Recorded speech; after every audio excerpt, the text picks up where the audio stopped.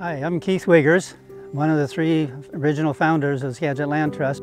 I moved to Skagit County in 1971 and I always have been a bird watcher and enjoy wildlife. I learned that here in Barney Lake, right behind us, there were 5 trumpeter swans that winter here. 5, that's the whole total for the entire county. So we're trying to figure out how to save this place and preserve it from any development. And we tried to get one organization to protect it. They couldn't see it. Luckily, a client of ours, Don Perry, had some 80 acres that you can see behind us, that row of trees on the other side of the marsh. And he talked to us and he decided he was going to donate that land. Perfect. It took about 2 years of negotiation, but finally it came to fruition. And that was a starting point with about 82 acres. And then after that, we had that, we hired Martha Bray. I'm Martha Bray, and I worked for the Skagit Land Trust for 20 years. I started out, I think my job title was project manager for the Barney Lake project. The job was really landowner outreach to the surrounding landowners. The goal was to try to protect additional land, to build on the Perry acquisition.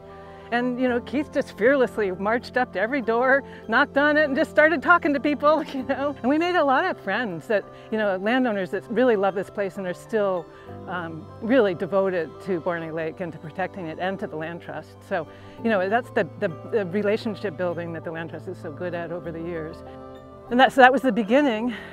And then, it was one of the last transactions I did here as well, was to negotiate 255-acre parcel purchase from the mitigation bank. So it sort of bookended my career in land conservation here at Barney Lake. So my roots go deep. My connection to Barney Lake is that when I first joined the Land Trust, this was a huge project. The property was on the market and the landowner wanted to sell it in one fell swoop. We weren't able to actually buy parts of it. He wanted to sell all of it. And it was over 600 acres. And so we came together with a lot of other groups to figure out if we could do that. In the end, we were able to purchase 247 acres with the help of our partners and members, and the mitigation bank purchased the rest of the property beside us here. In the Land Trust, we kind of have a saying, you plant a seed to watch it grow.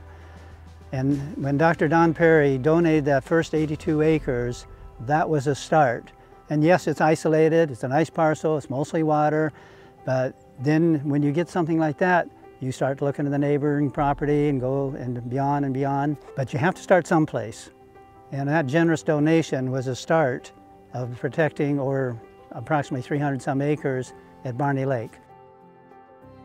Well, I do think that Barney Lake is the heart and soul of the Land Trust. It's one of the first big projects, and we built a big base of support when we started to protect this place. And it's so close to the city core, and we've learned so much how to partner with different organizations. The restoration aspects of this place are so important, the public access and the outreach. All of it is, it's really what the Land Trust is all about.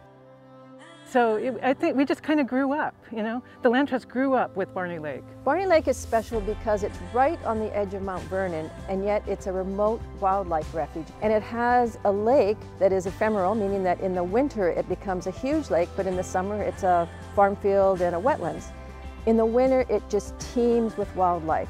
There are thousands and thousands of ducks that find refuge on the lake in the winter.